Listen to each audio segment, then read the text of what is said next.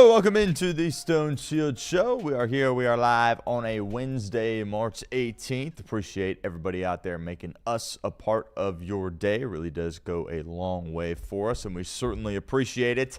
Lots of stuff that we need to discuss here on a Wednesday. Lots of news circulating, certainly in this town, as it relates to the Cincinnati Reds, as six technically starting pitchers are going to make the opening day roster for Cincinnati. It's going to be a short-term thing. Terry Francona doesn't want to use the phrase six-player rotation for the Cincinnati Reds. We're going to see it operate a little bit differently than a typical six-man rotation would operate. But again, this is going to be a short-term thing. My immediate takeaway is I like it, right? Because it gets all of your best pitchers on your opening day roster right here, right now. Why should we leave one guy in AAA that's more talented and more valuable than a guy that you would potentially just add to the bullpen? I'm all for it here in the short term, and we'll see ultimately how it plays out. But Brandon Williamson, Jace Burns, and Rhett Lowder all making the opening day roster for Cincinnati. Also, Will Benson is going to make the team. There's still one bullpen spot up for grabs. Several guys are vying for that position here at this point. And I believe there's still some volatility there position player-wise as well. Guys have been notified that aren't going to make the team, but I do believe, Nathaniel Lowe, as we're doing this here live on a Wednesday, J.J. Bleday, still avenues for guys like that to make the roster. So we're going to talk a little Cincinnati Reds here on today's show. Also, we got to discuss some NFL news, as the Miami Dolphins are trading wide receiver Jalen Waddle. He is going to the Denver Broncos, and that feels like a Sean Payton trade, if I'm being completely honest, right? It doesn't really feel like a George Payton trade. Their GM in Denver, that's a head coach saying, yeah, we have a deficiency at wide receiver. We feel like we're a step away.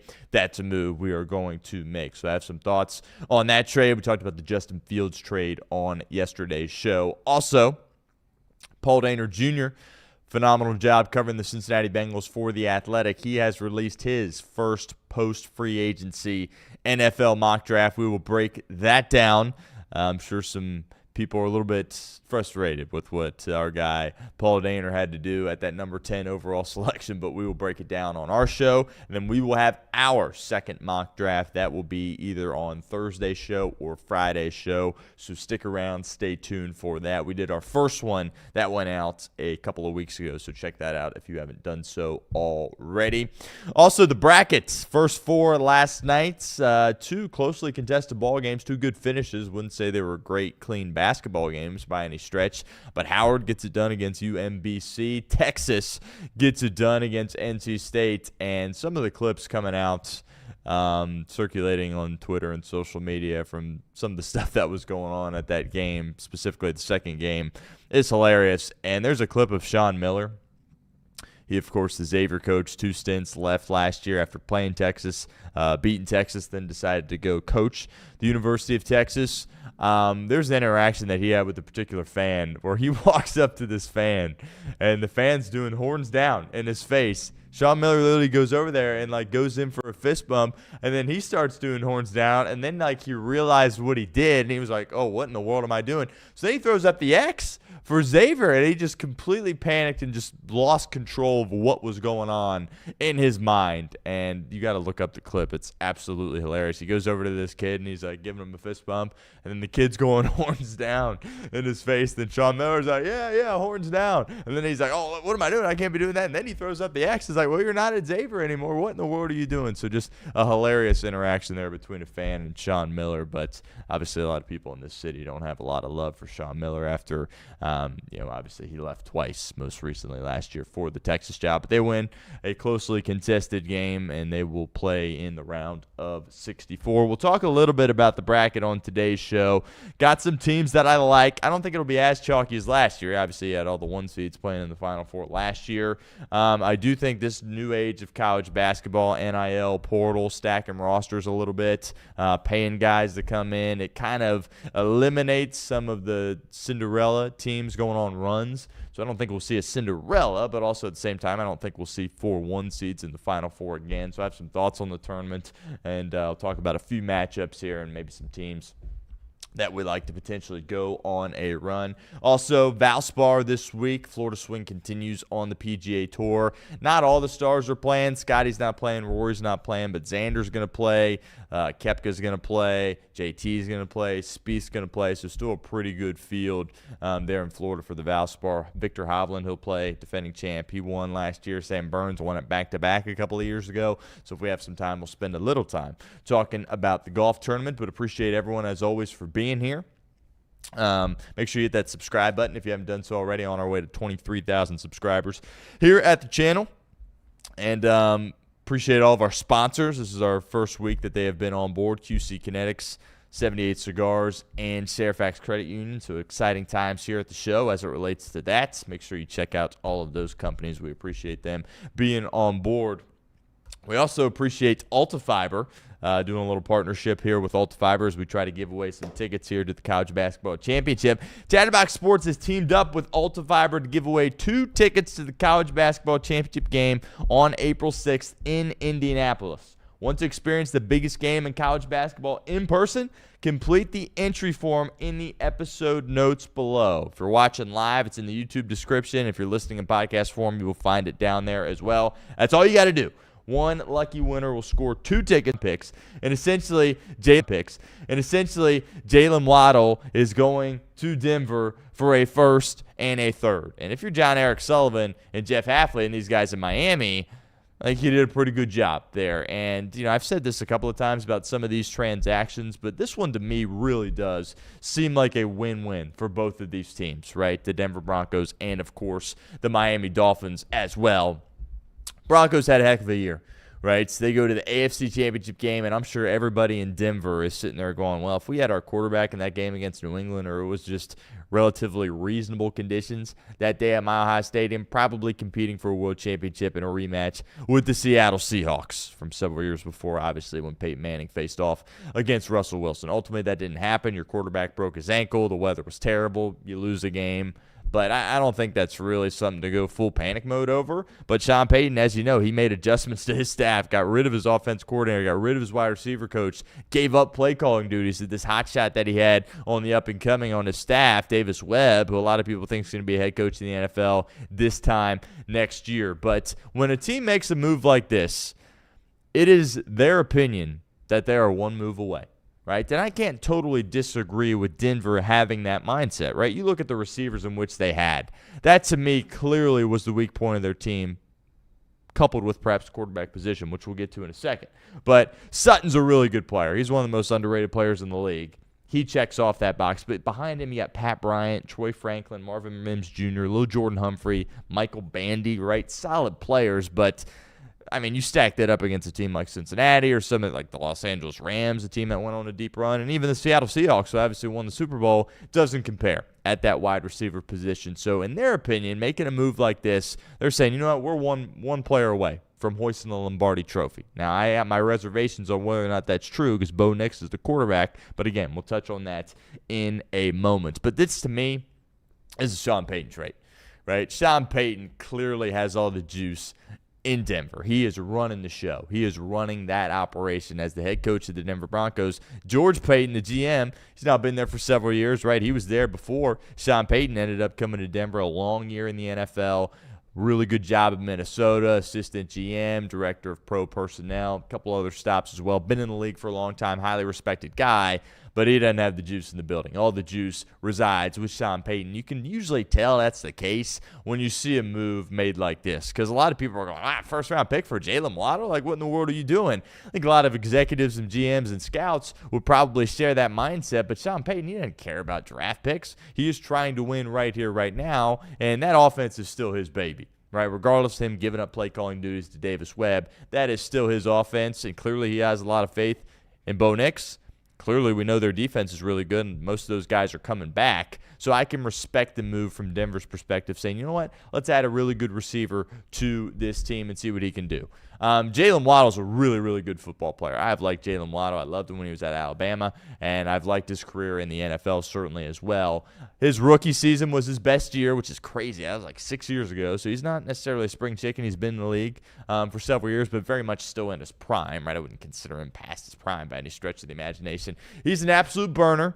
is a smaller receiver. And my one reservation with this move is that, he's always been in the South, played high school football in the South, played collegiately at Alabama, and then Miami. You're going to face some gnarly weather conditions out in Denver, and especially if you're making postseason runs, and obviously in that division going to Kansas City as well. So that's my one little – we'll see how he does in the cold, right? Obviously it's well documented. His former quarterback Tua couldn't play in the cold, which, really hampered what they were able to do offensively. Can Jalen Waddle be a cold weather player?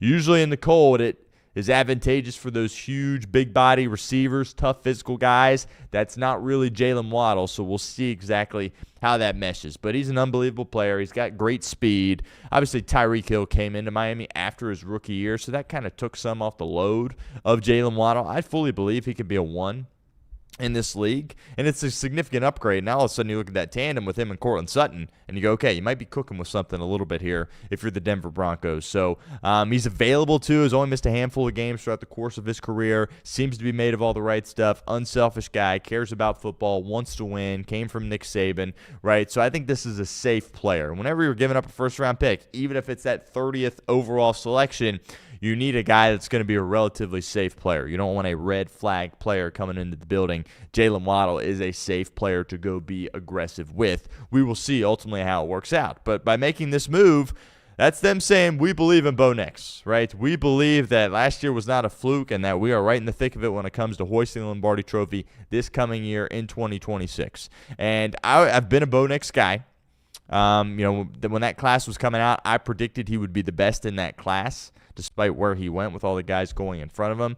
Obviously, now I would pivot off that a little bit and say, actually, it's probably going to be Drake May, and there's other people like Caleb Williams and Jaden Daniels. Like, what are you talking about? I get it, pretty loaded class. Certainly looking back at it now, but bottom line, I thought that was a steal for Denver to get Bo Nix, especially pair him with Sean Payton.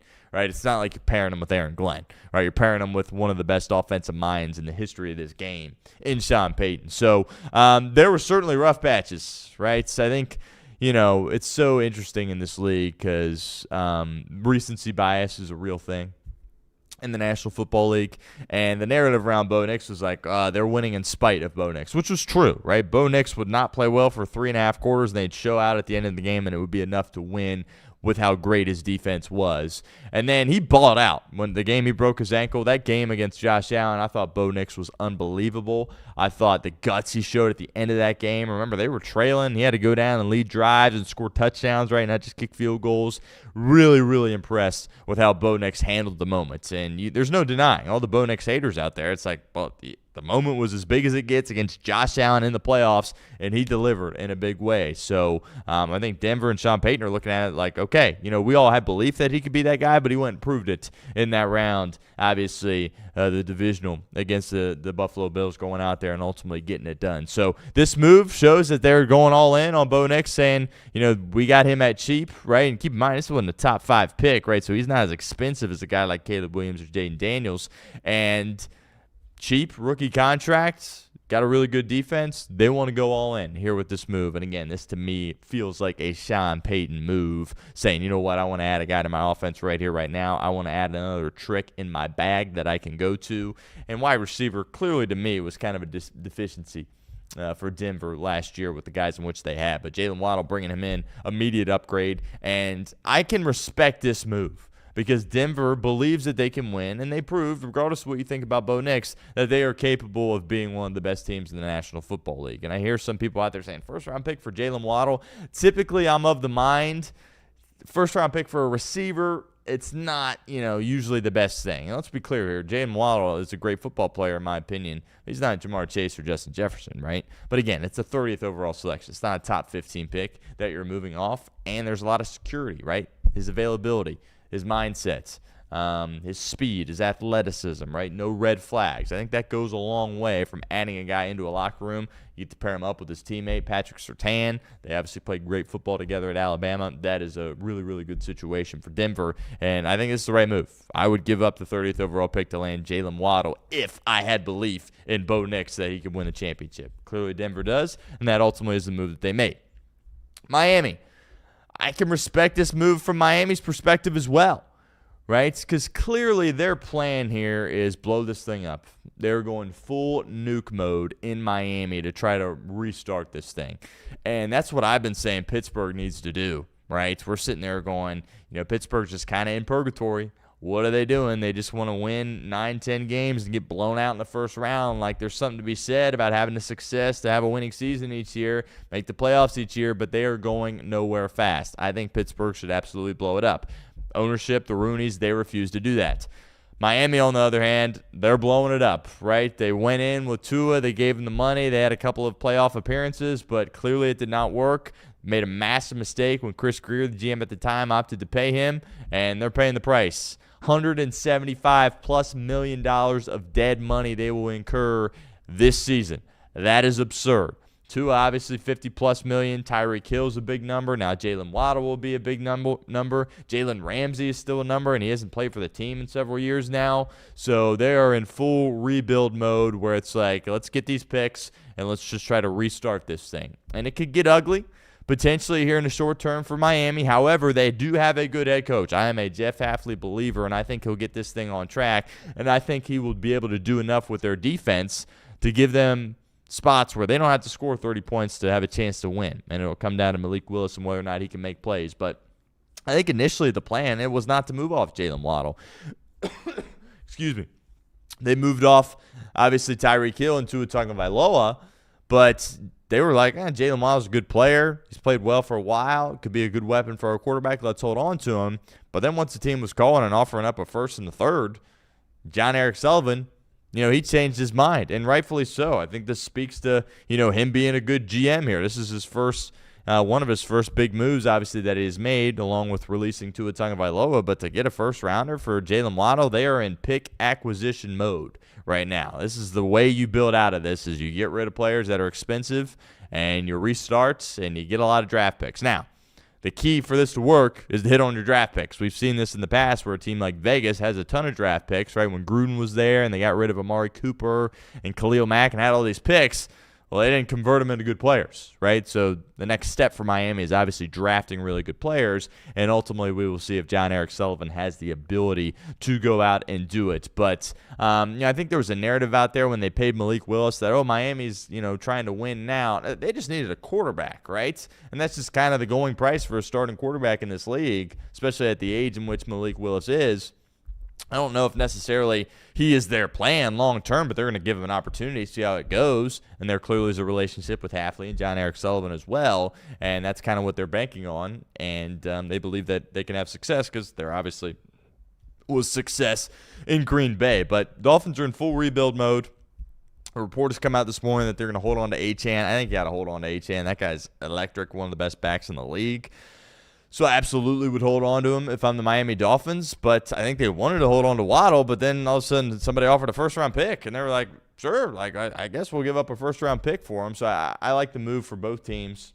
Miami's in full rebuild mode. Denver thinks they can win a world championship right now. They felt like they're a player away, and they're willing to say, you know what, maybe we'll pay a little bit too much in order to land said player. And when he doesn't have red flags and he's a true professional that produces on the football field, is a versatile guy, I think it's going to work out. My one concern is how it's going to look in cold weather with Waddle, just because we haven't really seen it, right? He's played in those games with Tua, but Tua couldn't get anybody the ball.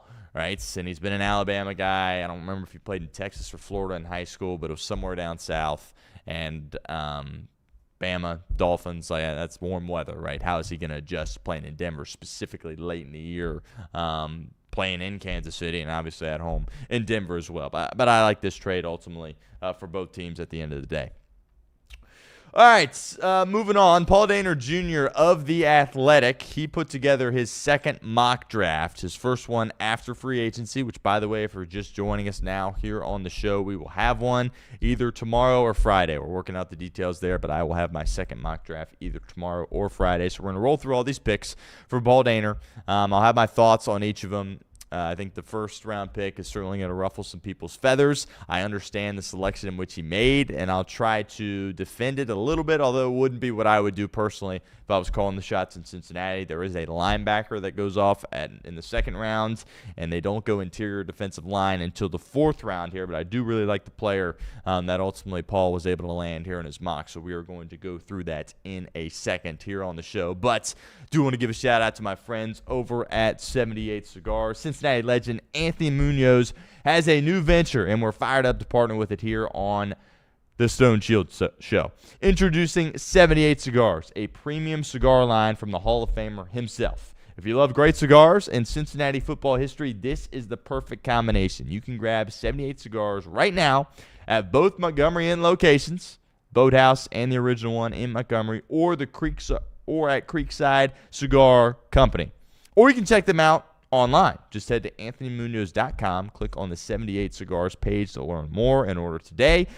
I was at their kickoff party a couple of weeks ago at Montgomery Inn. Tried a cigar. It was unbelievable. If you like cigars and you're from Cincinnati, I mean, this is absolutely right up your alley. So check them out, anthonymunoz.com. Top right of the screen, you will see a little link to go to the 78 Cigars page, and you can order a box today. That's 78 Cigars from the greatest offensive lineman to ever do it, Anthony Munoz. All right, round one. Pick number 10 overall. This is what Paul Dehner Jr. has them doing. He has them selecting Jermod McCoy at the 10 overall selection. This whole draft from the Athletic beat writers is going to come out, I think, tomorrow or later this week.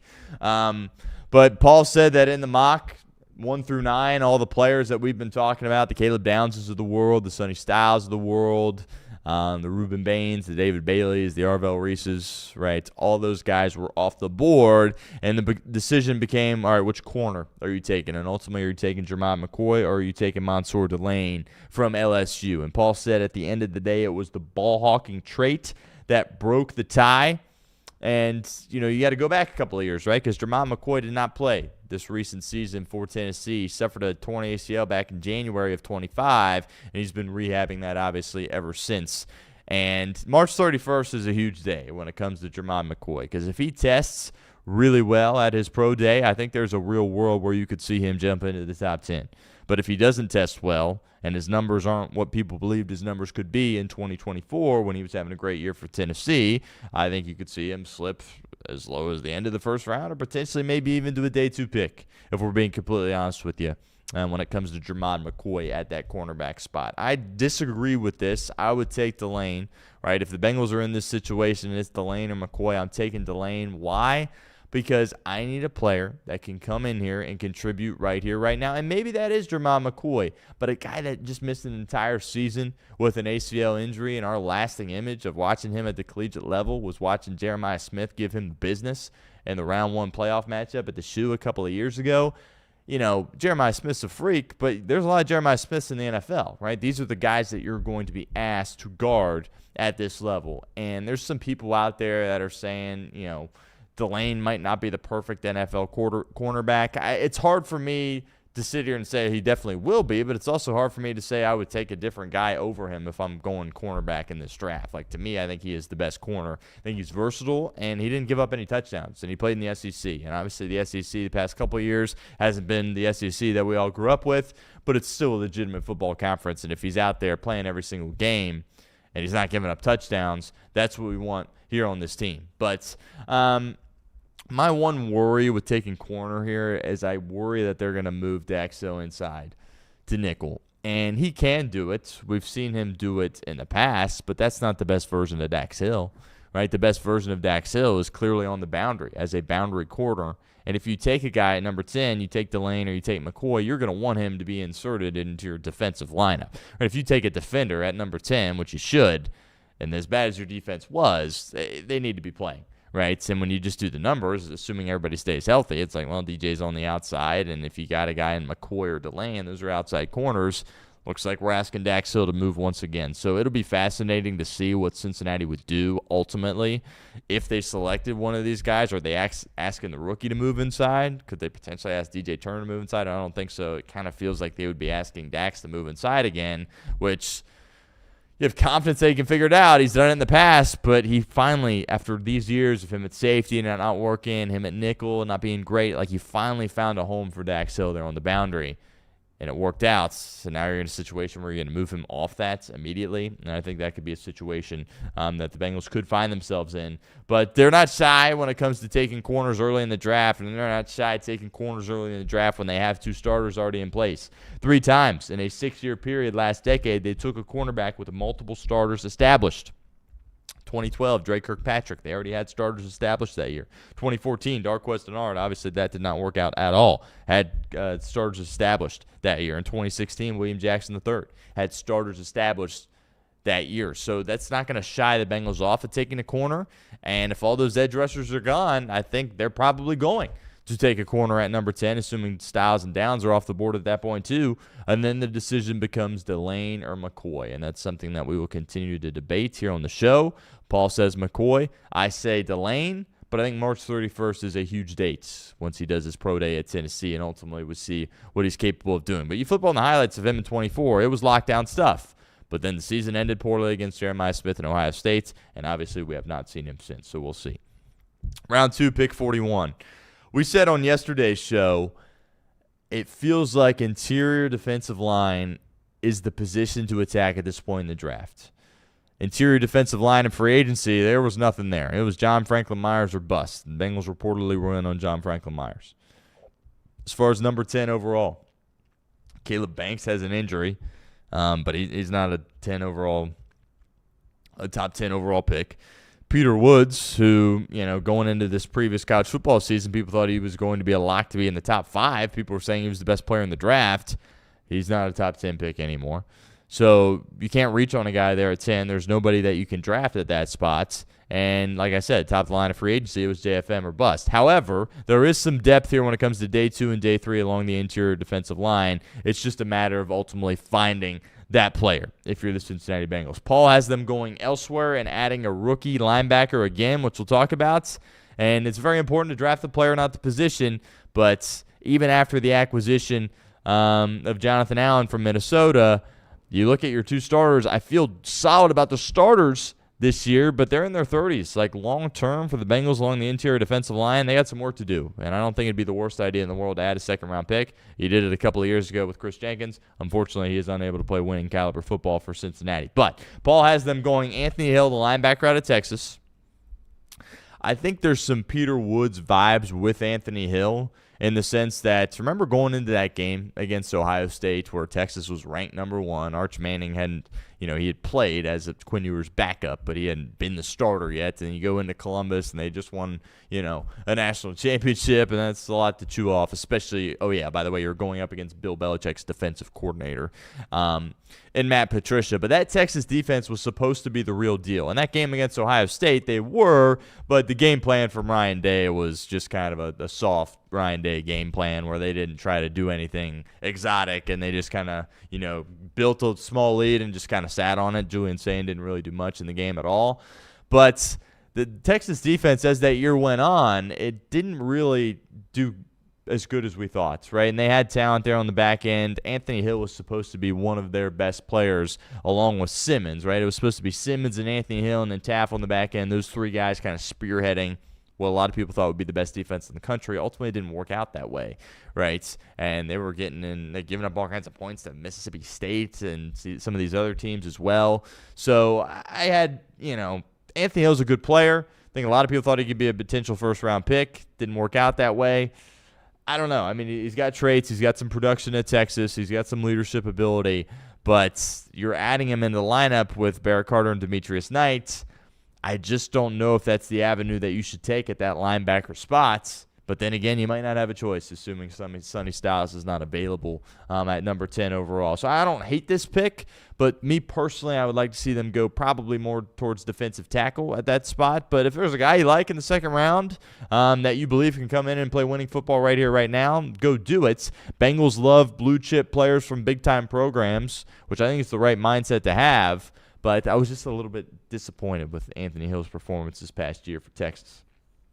Caleb Tiernan, I believe I'm saying that right. The offensive tackle at Northwestern in the 3rd round, pick 72 overall. Not a bad idea. I've mocked him previously to the Bengals before. He's big, right? He's a guy that you ask not to play right away, can learn from OBJ, Amarius Mims, potentially be a guy for the future.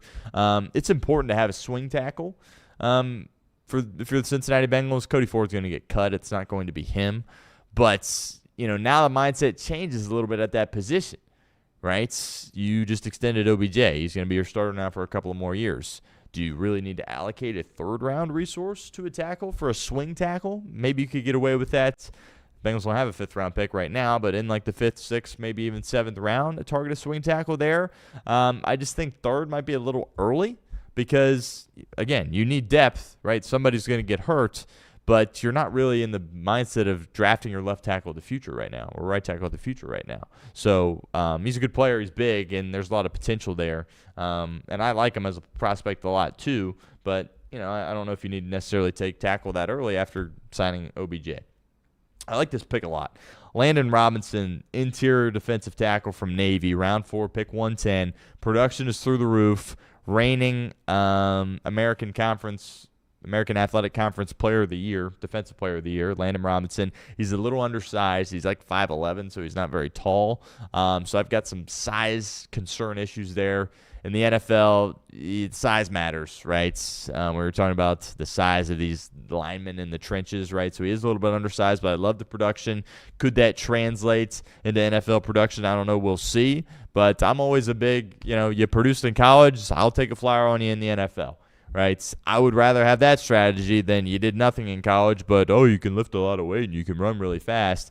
That's all great, but if you're asking me to pick a strategy between the two, I want to err on the side of a guy that played well when he was in college. Right, I need guys that know how to play football. Right, and this guy can absolutely play football. Landon Robinson, 14.5 sacks with 18.5 tackles over the course of the past 3 years at Navy. Cincinnati fans will like this one. Jeff Caldwell, round 6, pick 189. Again, Bengals currently don't have a 5th-round pick. That's is in Cleveland and the Joe Flacco trade. If you can get Caldwell in the 6th round, sure. Bengals currently right now have 2 6th-round picks and 2 7th-round picks, which obviously you're in a position to take some flyers there, take some depth pieces there. I think now that's the part of the draft where you can start thinking offense, right? Okay, can we add another wide receiver to give Yoshi some competition or potentially be his replacement in 27?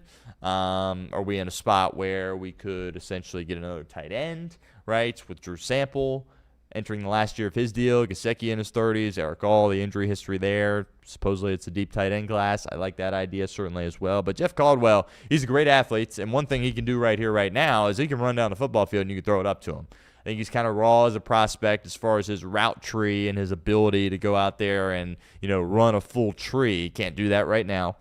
But Troy Walters would love to get his hands on him, Bengals receivers coach, and I think he could be the guy that you hope Jermaine Burton could be.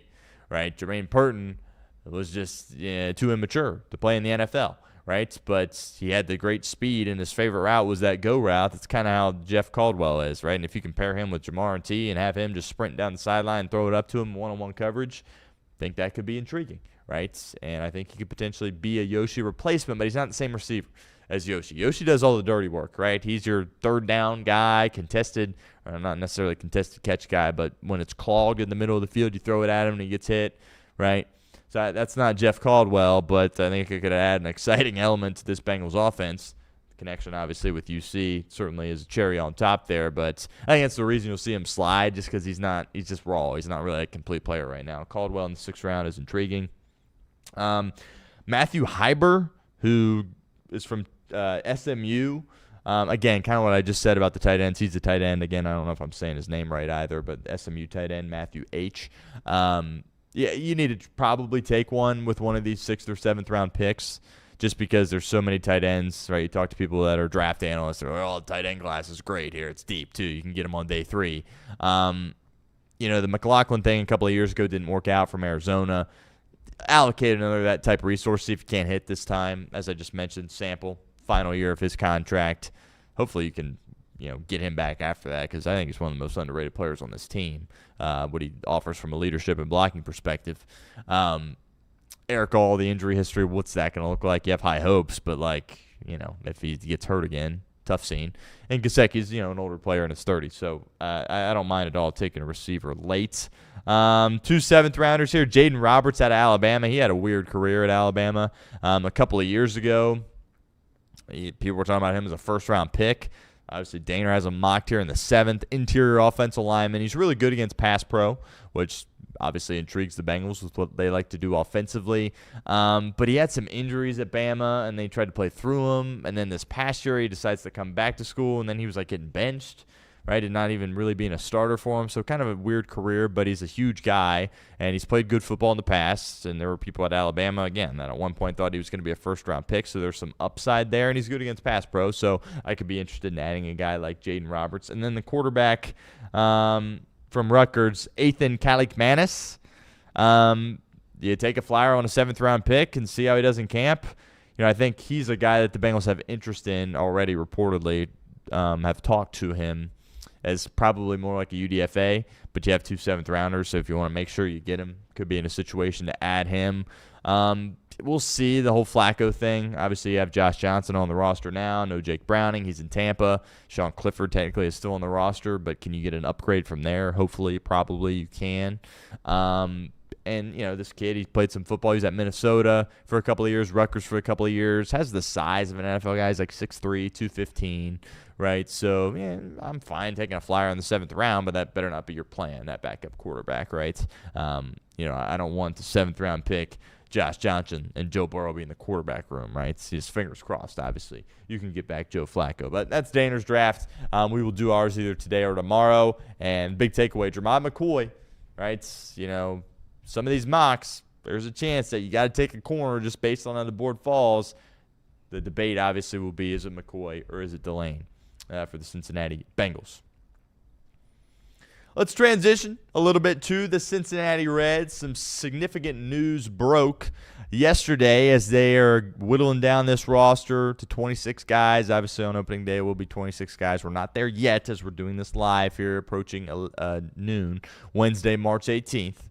But we do know what the rotation is going to look like. The Reds are going to go with technically 6 starters, but it isn't going to be a 6-starter rotation. Right, Charlie Goldsmith did a nice job explaining it. Charlie's chalkboard there over on Substack, so we will dive into that.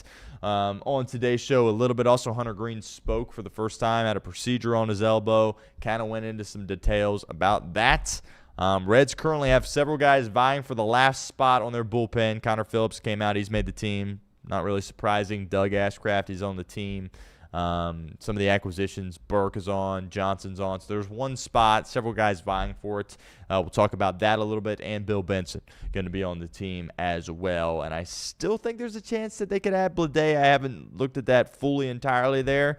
From a position player perspective, kind of feels like he's on the outside looking in now, especially with Benson definitely making it. But the position players, I don't believe, have been all confirmed at this point as we're doing this live here on the show. But we do have to give a shout-out to our friends over at QC Kinetix. We are really fired up to partner with the team over at QC Kinetix. If knee pain or shoulder pain is slowing down your performance, whether it be on the golf course, the pickleball courts, or even in the gym, talk to the care team at QC Kinetix Cincinnati about regenerative medicine options. Look, everybody these days is like, oh, let's get surgery. That's what you need to do. No, that's not what you need to do, actually. And QC Kinetix does a fantastic job walking you through the other options to surgery. Learn more at QCKinetix.com or call 513-655-3356. The team over there is absolutely incredible. They actually have a location in Liberty Township right across from my alma mater, Lakota East High School. The folks at QC Kinetix bring a different approach with regenerative medicine, and you don't have to be an athlete. If you're just a weekend warrior here in Cincinnati dealing with back pain or trying to get ready for golf season, they can help. Check out the team at QC Kinetix and see what they're all about. Again, visit QCKinetix.com or call 513-655-3356. Also, today's show is made possible by the fine folks over at Sharefax Credit Union. The Stone Shield Show is brought to you by Sharefax Credit Union. Sharefax is rooted in Cincinnati with 9 branches across the city. Sharefax is a not-for-profit financial institution owned by its members that returns earnings to them through lower fees and better rates in addition to traditional banking options. They have an auto promo going on right now, offering 1.5% off your qualified rate when you refinance your vehicle with them. Your first payment isn't due for 90 days. Loans subject to membership and credit approval. Restrictions apply. Visit the website for terms and conditions. Go to sharefax.org to apply online or call 513-753-2440. Again, sharefax.org. Become a member today or call 513-753-2440. Really fired up to partner with our friends over at QC Kinetix and Sharefax Credit Union. All right, so we know what's going to be the case when it comes to the series against Boston to start the year. Andrew Abbott is your guy, right? You can have the debate, oh, he's the ace, he's not the ace, with Hunter Greene being out. He's starting on opening day, right? That we do know. And we also know that Nick Lodolo and Brady Singer are going to get the ball in the other two games against the Boston Red Sox. We thought that it was three guys competing for two spots, Brandon Williamson, Chase Burns, Rhett Lowder, but actually they've all made the team. Right? And Charlie Goldsmith is calling this a condensed six-man rotation, and I agree. That's kind of what it feels like here for Cincinnati. This is not going to be a long-term thing for the Reds. Tito Francona has come out and has been very vocal about not liking a six-man rotation, right? Because you need guys to throw every fifth day. That's just kind of how it is in baseball. These pitchers are weird, right? You got to get them on a schedule that they stick to, right? Every fifth day, they're getting the ball thrown. Right? And also when you factor in rain delays, that can be an issue. And not having a guy, that extra eighth guy in the bullpen, certainly can be also a problem going forward as well. However, in the beginning of the season, it's something that you're able to get away with. And the biggest reason why this is happening isn't the injury to Hunter Greene or isn't, some of the stiffness of Chase Burns. It's because Brandon Williamson's been balling in spring training. Every time he's gotten the ball, he's pitched really, really well. And Tito Francona came out and was like, yeah, he's been our best pitcher, period, here in the spring. So he kind of forced the issue here on the Cincinnati Reds a little bit. And it's something that they've been talking about behind closed doors, right? DJ had been talking about it. Derek Johnson with Tito. I think Brad Metter and Nick Krall were both involved in this decision there as well. And I can respect it, and I can get on board with it. Why? Because if you sit here and you're evaluating how you're putting together your staff, both from a rotational standpoint and a bullpen perspective, why should you want to put a guy in AAA just because, he didn't crack your top five starters, right? I'm all for having the best pitchers on your team, right? If you got to go into a bullpen role or be kind of a longer reliever or alternate between, you might get a start here, you might get a start here, right? And on the time you don't get a start, the week you don't get a start, you're coming out of the pen for multiple innings. I'm totally for that. I'm absolutely totally for that. So part of me was a little bit concerned with some of the Chase Burns stuff that had come out, but apparently that's all precautionary.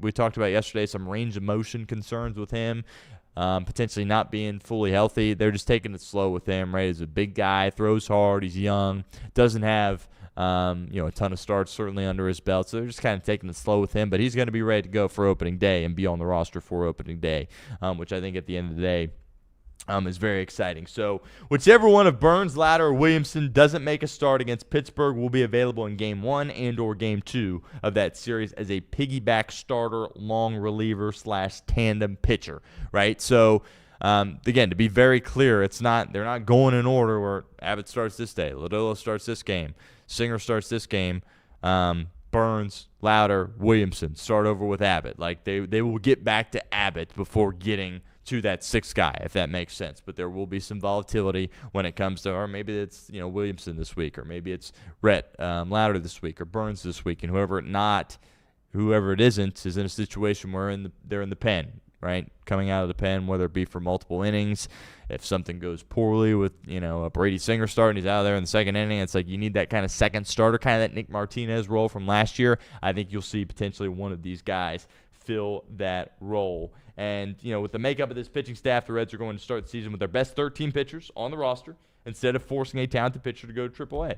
Reds are willing to get creative, is what Charlie Goldsmith writes for his piece. And Charlie also asks, how long? Could we be doing this still when it comes to April 20th? And Tito said, oh, no, that won't be going on that long, right? And April 20th is a month from now, right? So that would be less than a month of full regular season play. in Major League Baseball. So this is only going to be going for a couple of weeks, right? They're rewarding Williamson for his performance in the spring. And also, like, you have to look at those three guys, too. I'm more excited about all of them. But Williamson hasn't pitched in, a year and a half. Lowder missed all of last year. And Burns threw like 13 games in the minor leagues before being called up to the pros, right? So, there's, again, a lot of volatility here with these guys. Like, we're all excited about them, but, it could go poorly, right? I mean, Rhett hasn't pitched. Williamson hasn't pitched. Not a ton of experience for Chase Burns. So I think we'll know within a couple of weeks, okay, which guy will ultimately be that fifth guy and what the role of the other guy will be, whether it's going into the bullpen long term and then sending a bullpen guy down, or, sending one of the starters down and saying, you know what, we'll just hang out in Louisville here until we get this thing figured out. And ultimately, if somebody gets down, then you'll be up. So that's a decision they will make when it comes, but I'm all for this, right? Start with your best guys to begin the year, see how it goes. Again, Brandon Williamson forced the issue here. I like the swagger and the confidence that he has. Good for him. I think people have kind of forgotten about him a little bit. He was a solid pitcher when he was here in Cincinnati pitching for the big league team. Just had the injury, and we haven't seen him in quite some time. So, as Tito said, he's been the best pitcher all spring long, and I think there's reason to be optimistic, certainly, about what he's going to be able to bring for the Cincinnati Reds right here, right now, this year. So, not a six-man rotation, but they do have six starters that made the roster, if that makes sense. So we'll see how exactly they deploy it, but again, not a long-term thing for the Reds at this point. It also allows them to kind of manage some of the innings of these guys early on, right? And not just throw them out to the Wolves and, all right, here you go, right? Because they're all ramped up by this time, ready to go. But again, the injuries that they're coming off of, the lack of starts that Chase Burns has had, right? You're trying to do everything in your power to make sure, hopefully all these guys, but certainly one or two of them are ready to go come postseason time, right? Come crunch time at the end of the year, and they haven't been through a full big league season, right, in order to do that. So I think managing their innings here on the front end is a great decision from Tito. I'm all for it. Keeps your best pitchers on your opening day roster. All for that as well. And just we'll all find out, right? Because we all sit here and we watch some of the spring training games and we read what the reporters say. But once the regular season gets here, something tells me it will be pretty obvious to us who the odd man out should be, right, when you get a couple of weeks into the month of April. But ultimately, at the end of the day, we will see. Hunter Greene spoke for the first time with reporters since he underwent his procedure. Obviously, he is going to be out for like 15, 16 weeks, which ends up being into July.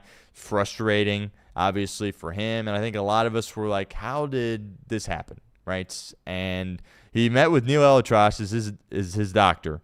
And Elitrosh has kind of been in the news a little bit here. Look, he's one of the best doctors in the world, right? All these high-level athletes go to Neil Elitrosh.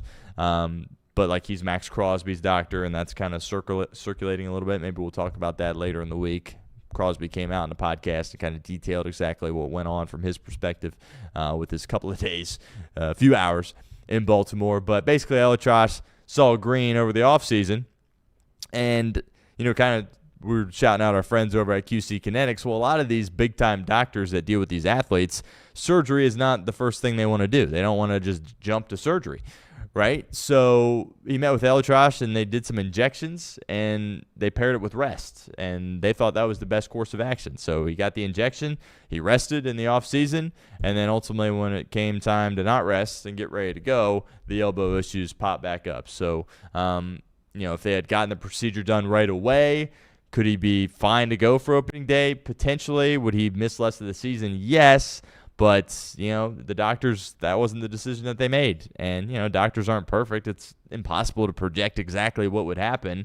But that was kind of the reasoning of, he got the injection. We wanted him to rest. Sometimes that works.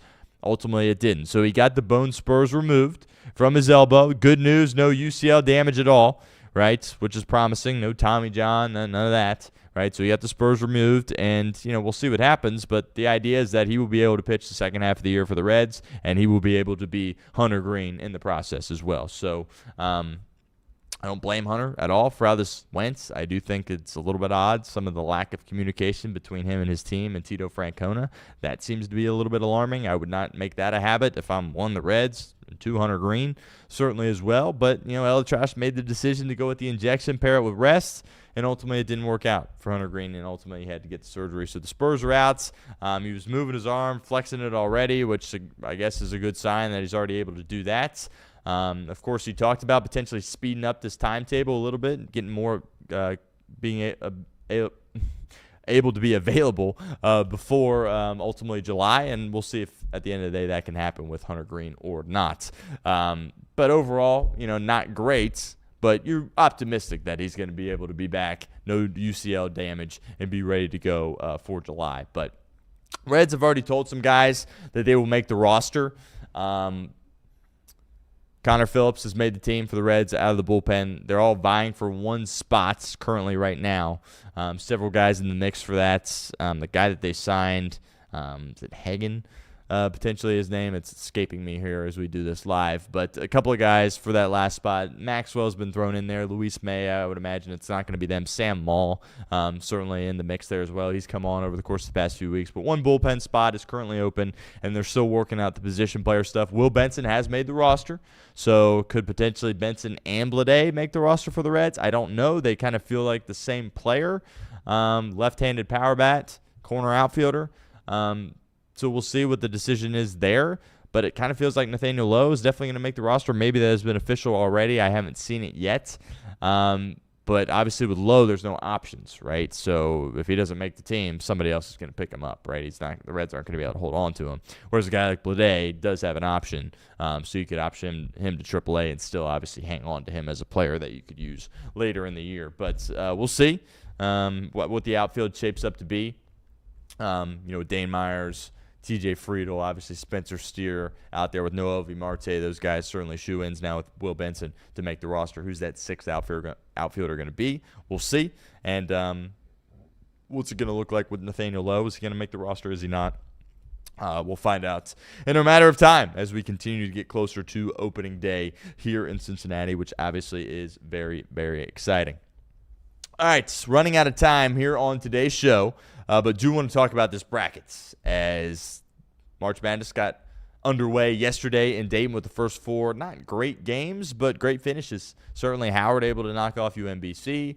Texas able to knock off NC State in a close game, which, again, if you're just joining us, the Sean Miller clips going across social media right now are absolutely hilarious.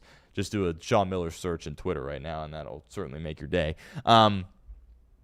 Miami tonight, 6.5 is the margin. Open at 7.5. We saw it get up to 9.5. Now it's 6.5.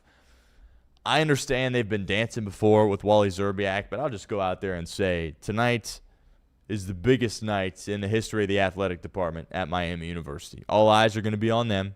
It's a home game, right, in Dayton. Sold out, obviously. Place is going to be turned all the way up, right? And how are they going to do? Right? They've been a topic of heated debate and conversation in basketball, certainly, and sports in general, right? My side of the aisle, obviously, I'm an alum, which, by the way, got this at Homage. We'll shout them out in a second. Check out Homage. Use code chatter over on Homage. Right now, that is live currently, as I'll just say it right now. Homage.com/Cbox. Use code chatter, CHATTER. Appreciate them for this Miami hoodie.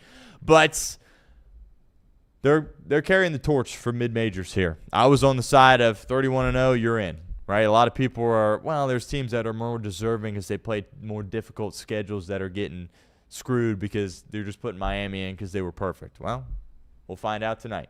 The spread is what it is for a reason. Obviously, Vegas thinks that SMU is going to win this game and win this game with relative ease.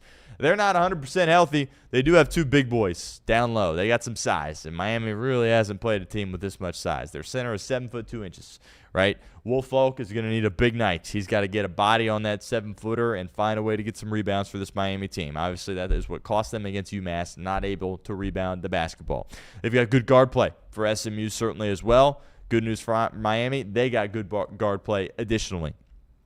Atlason has to be good. It can't just be Wolf Falk. If he gets in foul trouble, that's a problem for Miami, but he's going to have to sit some, and Atlason's going to have to play well. And he's going to be faced with guys that are significantly bigger, stronger, and taller than him. How's he going to do down the low post for Miami? Have to shoot it well, obviously, right? Redhawks have to shoot it well. One thing they got going for them, they know how to win these type of games, right? These closely contested matchups, when there's 2 minutes left and it's tied, I know it didn't work out against UMass, but it worked out 31 other times this year. I feel better about Miami in that spot, especially vibing off the home crowd, certainly as well. This feels like a huge game for the freshmen, right? Why? Because you need athletes in this game, and They got athletes. Miami's got athletes. Scout Jack's a great athlete. Suter's a great athlete, regardless of the disrespect that those guys get, which is not warranted. I don't understand it at all. But Trey Perry and Kirby, those are some real athletes, and SMU's got some real athletes on their wings, and they're going to have to play big-time minutes in this game. They're going to have to play well for Miami, but I can't think of a bigger sporting event in the history of Miami University. I understand it was deeper in the tournament with Wally, Zerbiak, and company, but just because all the national attention and the heated debates and people that don't even watch basketball are talking about this, with Miami getting in, or should they have not got in, or whatever, well, we'll find out. Right, because I'm always going to rep, right? I'm proud to be an alumni of Miami, but if they lose by 25 points in this game, people are going to be clowning them in the media. And that's not going to take anything away from the perfect season that they had, but at the same time, it would be like, well, you know what? You might need to win the MAC tournament in order to deserve to get in to March Madness. But if they go out and win, best believe Travis Steele is going to be talking. We're going to be talking here at the show, and those players are going to be talking too, and rightfully so. Because if you go beat SMU, then everybody can shut up, right, when it comes to the Miami Redhawks. They would have a date with Tennessee after that in the round of 64. But pretty exciting tonight. 9:15 prime time, rowdy in there at UD Arena, Millett Hall 2.0, right, tonight. And best of luck to the fellas. And obviously they have to play well. Can't afford a bad game. Can't afford a bad shooting night. I think the freshmen coming off the bench are big. They're going to have to score. They're going to have to defend. And obviously your best players are going to have to be greats. And Atlason, he's got to step up down low. I understand he's undersized, but he's going to play minutes tonight because they have no one else to put out there behind Woolfolk. And he's going to be faced with some real size. And SMU can score the rock too. Like, this thing could be a shootout tonight. It wouldn't surprise me at all if that was the case. Both these teams can score, and we'll see ultimately how Miami does tonight. Huge game. First four, Dayton, 9:15 tip, 6.5 points is the margin. Let's talk about some of these other games real quick. I talked about this on the show yesterday. I'm not going to sit here and say it's going to be chalk again, but just the way college basketball and college sports is going, I just feel like you're seeing less upsets here from like significant Cinderellas and them going on runs. Like, we'll see a couple in the first round. Like, there will be some teams that get upset in the first round, but it kind of auto-corrected last year, and you got to the Sweet 16, and you're looking around, it's like, well, these are like the top teams that are playing in the Sweet 16. Kind of feels like that's what it'll be again this year, but I'm not going to sit here and say I think all the one seeds are going to make it. The East, I think, clearly is the best region, right? Duke, I think, is the best team fully healthy, but they're without two starters right now, and it makes it very difficult to bet on Duke to win the tournament because without Gangba and without Caleb Foster, I don't think they're winning, right? And nobody fully knows the health of those guys. They didn't play in the ACC tournament, not a problem in the ACC, but it'll be a problem once you look at Izzo in the face or potentially playing a team like Arizona, right, if you get that far. Even in Ohio State or TCU, right, in the second round, to be honest with you. So we'll see about the injuries with those two guys. I had been on Duke for a while, which was a respectable take for much of the year, and then they beat Michigan, then everybody was on Duke, and then it didn't really become a respectable take. It was like, well, yeah, no kidding, you're saying Duke's going to win it all. I'm not going to go with them, though, because the injuries, right? I mean, to Gangba and Foster, I think you can't overcome that, right? If any of these teams, right? It's like, well, you're without your two starters that you had all year, two of your best players. Well, that's going to be a problem, right? So won't be an issue against Siena, but very well could be an issue against TCU, right? Or Ohio State, obviously, if Ohio State is able to win that game. But, like, St. John's as a 5 seed in that region is absurd, right? St. John's won the Big East regular season title and took UConn out to the woodshed, right, in the conference championship game. Pitino, some of these guys in coaching, right, Belichick, for example, Pete Carroll, it's like, it's time to hang it up. Pitino's in his 70s, and he is locked in. Like, that guy is an unbelievable coach. He's done an unbelievable job at St. John's. They have a difficult matchup against Northern Iowa. Northern Iowa has done damage in this tournament before. They've won multiple games, so that is a fascinating game to me. But, like, if St. John's, escapes an upset there in the 5-12, I don't think it's crazy to say they could win that region as a 5 seed. I really don't think that's crazy to say at all. You also have Kansas, who you have the potential Kansas-St. John's matchup in the round of 32 where Kansas, if they're all out there and Darren Peterson's playing the whole game, they can beat anybody. But if you told me that they lost to Cal Baptist, I would be like, well, yeah, but did Peterson just decide not to play in the second half or what? So there's a lot of volatility there in that game. I think the Louisville-South Florida game is incredible. We talked about Hodgson. the USF coach being a potential candidate here in Clifton to be Wes Miller's replacement. I don't know. Pat Kelsey, we know what he's capable of at Louisville. I think they were a hot team early in the year, like, oh, there's some traction behind them.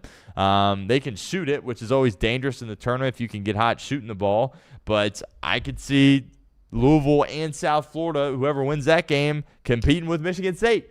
Right? I can see Michigan State winning the region. And you got people out there saying that UCLA is going to beat UCF and then beat UConn. Right, and Mick Cronin. So that region is fascinating. I got no clue what's going to happen in that region. It's difficult when you have these teams that are super hot going in to bet against them and super cold going in to back them and say they're going to go on a run. But that region to me is madness. The East is insane. In the West, I think Arizona has become the most popular pick. They've probably been the most consistent team throughout the duration of the year. Tommy Lloyd's got to get a monkey off his back, right? Because Tommy Lloyd's had good teams before. This isn't the first time he's had a good team. Is this the best team he's had? Yes. But he has gone into the tournament and gotten upset more times than one, right? They do have a very favorable path. Villanova, Utah State, I think you can just check them off into the Sweet 16. That would be who they play after that. And then ultimately, do you have Arkansas or Wisconsin? Which Arkansas, they just won the SEC. And how about Coach Cal? I absolutely love Coach Cal. Kentucky says, we want nothing to do with you. He's like, I'm fine. I'll just go to Arkansas, and I'll go on a run the first year I'm there, and then I'll win the SEC tournament the second year. So, I'm hoping Cal can go on a run. But Wisconsin is a good team too. But they could also get upset by High Point. So I know I'm saying a lot without really saying much here, but I think some of these games really are fascinating. But I think if there's going to be a region where you feel comfortable, it's going to be chalk. I would say it's probably the West. But I don't have confidence in Tommy Lloyd based on what he's done in the tournament. But they've been a consistent team. Jaden Bradley got banged up at the end of one of their games, but I think he's good to go. You do have a lot of freshmen out there, and they're good freshmen, but they're not Cooper Flagg and Con Knipple. So we'll see how Arizona looks, but I think that has become the most popular pick. I don't see Michigan winning the Midwest. I think, my favorite pick maybe in the first round now, haven't fully dove into it, but I think Georgia's going to beat St. Louis and beat them pretty soundly. And I think Georgia could beat Michigan, as crazy as that is to say. But keep an eye on the Bulldogs there. Akron Tech, that's going to be a great game. Bama, they're dealing with some issues. Aiden Holloway got caught breaking the law, and they're preparing to not have him in the first weekend. So I think Hofstra has become a very popular upset pick. And then that potential matchup with Tech, Alabama, if Alabama is able to escape against Hofstra, that's a great game, right? Kind of opposite styles there, run and gun, Nate Oates, defend, and take good shots in the half court from Texas Tech. They're without their best player, obviously, in Toppin. The Red Hawks will play Tennessee, probably beat them. We'll see. But Travis Steele talked about getting to the second weekend. Well, you got to go SMU, Tennessee, Virginia in order for that to happen. See if the Red Hawks are capable of doing that or not. Kentucky, they're a 7 seed. I don't know why. I think they probably lose to Santa Clara. Keep an eye on Iowa State, though, in that region. I thought they would go on a bit of a run last year. They didn't. Maybe they were a year too early with Otzelberger and company, but they can defend at a high level. I think they have life in the Midwest. I don't see Michigan winning that region, to be completely honest with you. And lastly, the South. If you're asking me to pick who I think is going to win, I'll say Florida. They'll be my pick. But that game against Vandy makes no sense to me. Vandy has been disrespected. They're a good team. They got good guard play. They're well coached. But they just beat the heck out of Florida. And Todd Golden was running his mouth leading up to that game. Not necessarily against Vandy, but just kind of talking bad about some of the other teams in the SEC.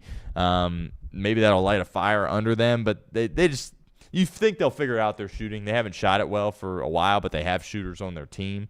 So I like Florida. I don't see them having an issue getting to the Sweet 16. Clemson, Iowa winner doesn't really do much. And could potentially have a rematch with Vandy, which I think would be a great matchup.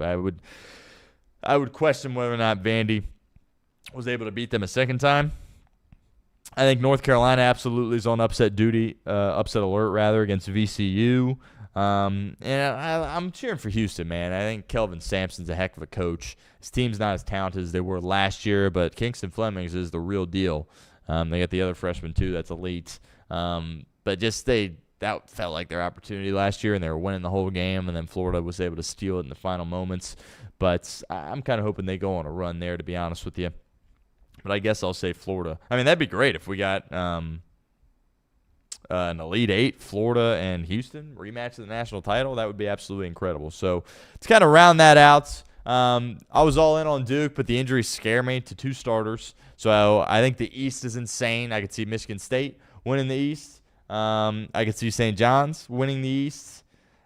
UConn, I don't think is. UConn's a 2 seed. I think a lot of people like UCLA against UConn, maybe. But I definitely like Michigan State against UConn if ultimately that is the matchup. But Michigan State's got to get through the winner of Louisville and South Florida, which I think is really, really fascinating matchup. But the East is loaded. You would think Arizona has a clear path to the Final Four, but got to deal with Cal in there. I'm pulling for Arkansas. I would really like to see Coach Cal go on a run, but Arizona probably has the easiest path, and they're probably the most consistent team all year, hence why they're such a popular pick. Don't think Michigan wins the Midwest. I think there's upset ability there, whether it be Iowa State in the Elite Eight or potentially even Georgia in the round of 32. And Nate Oates, all he does is go on a run in this tournament, so we'll see if they're able to overcome not having Aiden Holloway or not here for the beginning. But I think Arkansas will go on a run. I like them to go on a run. I think they'll beat Wisconsin. I think Michigan State will win a couple of games too. But if you're asking me who the pick is, I'll go with Florida winning it back-to-back. But I'm not a Florida guy. I hope I'm wrong. But I'll go with Florida here at this point. But enjoy the madness. It's going to be incredible. Always is. Looking forward to locking in on the couch and tapping into those games. But that'll do it for this edition of the show. Appreciate everyone as always. Appreciate our sponsors, 78 Cigars, Sharefax Credit Union, and QC Kinetix, of course, as well. We will give a quick shout-out here before we get out of here. Let you guys know about this deal that we do have at Homage going on right here and right now as we get this fired up here. Chatterbox Sports is proud to partner with Homage. We've got a special deal for you. The first 100 listeners get 20% off site-wide. That includes all the great T-shirts, sweatshirts, and everyday gear that you see. There are a few exclusions that do apply. Some of the New Heights stuff certainly is an exclusion here at this point. But I'm repping the Miami shirt right now we got from Homage. We got some red stuff that came in the mail, so they really do have a great collection. Really encourage you to go over there and get 20% off. To get your 20% off, use code CHATTER at checkout. Just go to homage.com/cbox. And use code CHATTER at homage.com/cbox. Appreciate everyone as always for tapping in. And until tomorrow, take care, everybody.